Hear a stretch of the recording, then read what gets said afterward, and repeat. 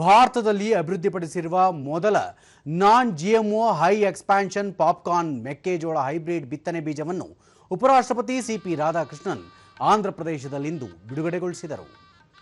ಯಲೂರು ಜಿಲ್ಲೆಯ ಮುಸುನೂರಿನ ಗವರ್ನಮೆಂಟ್ ಪಾಪ್ಕಾರ್ನಿಕಾ ಘಟಕದಲ್ಲಿಂದು ನಡೆದ ಸಮಾರಂಭದಲ್ಲಿ ಬಿತ್ತನೆ ಬೀಜ ಬಿಡುಗಡೆಗೊಳಿಸಲಾಯಿತು. ಸಮಾರಂಭದಲ್ಲಿ ರಾಜ್ಯಪಾಲ ಎಸ್ ಅಬ್ದುಲ್ ನಜೀರ್, ಮುಖ್ಯಮಂತ್ರಿ ಎನ್ ಚಂದ್ರಬಾಬು ನಾಯ್ಡು, ಸಚಿವರು ಹಾಗೂ ಅಧಿಕಾರಿಗಳು ಪಾಲ್ಗೊಂಡಿದ್ದರು.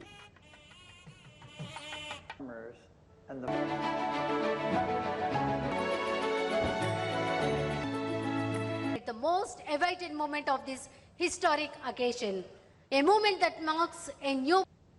ಬಳಿಕ ಉಪರಾಷ್ಟ್ರಪತಿ ಪಾಪ್ಕಾರ್ನ್ ಮೆಕ್ಕೆಜೋಳದ ಉತ್ತಮ ಗುಣಮಟ್ಟದ ಬಿತ್ತನೆ ಬೀಜಕ್ಕಾಗಿ ಭಾರತ ವಿದೇಶಿ ತಂತ್ರಜ್ಞಾನವನ್ನು ಅವಲಂಬಿಸಿದ್ದು, ದೇಶೀಯವಾಗಿ ಅಭಿವೃದ್ಧಿಪಡಿಸಿರುವ ಈ ಬೀಜದಿಂದ ಆಮದು ಅವಲಂಬನೆ ಕಡಿಮೆಯಾಗಲಿದೆ ಎಂದು ಹೇಳಿದರು.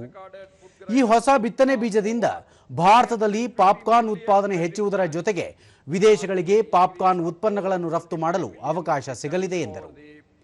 ದೇಶದ 8 ರಾಜ್ಯಗಳ 17,500ಕ್ಕೂ ಹೆಚ್ಚು ರೈತರು ಸುಮಾರು 40,000 ಎಕರೆ ಪ್ರದೇಶದಲ್ಲಿ ಪಾಪ್ಕಾರ್ನ್ ಮೆಕ್ಕೆಜೋಳ ಬೆಳೆಯುತ್ತಿದ್ದಾರೆ. ರೈತರು ಆಧುನಿಕ ತಂತ್ರಜ್ಞಾನ ಮತ್ತು ನವೀನ ವಿಧಾನಗಳನ್ನು ಅಳವಡಿಸಿಕೊಂಡು ಕೃಷಿಯನ್ನು ಹೆಚ್ಚು ಲಾಭದಾಯಕವಾಗಿಸಿಕೊಳ್ಳಬೇಕು ಎಂದು ರಾಧಾಕೃಷ್ಣನ್ ಹೇಳಿದರು. ಭಾರತ ಆಹಾರದ ಭದ್ರತೆಗಾಗಿ ವಿದೇಶಿ ಆಮದುಗಳನ್ನು ಅವಲಂಬಿಸಬಾರದು. ಈ ನಿಟ್ಟಿನಲ್ಲಿ ಸರ್ಕಾರ ಕೃಷಿ ಕ್ಷೇತ್ರಕ್ಕೆ ಹೆಚ್ಚಿನ ಆದ್ಯತೆ ನೀಡುತ್ತಿದೆ ಎಂದು ಹೇಳಿದರು. Pest management and farm mechanization assistance and field demonstrations for maize farmers. I am, as a farmer from the farmers community, I am very happy to see that the farmers are embracing a new era, an era of technology and innovation.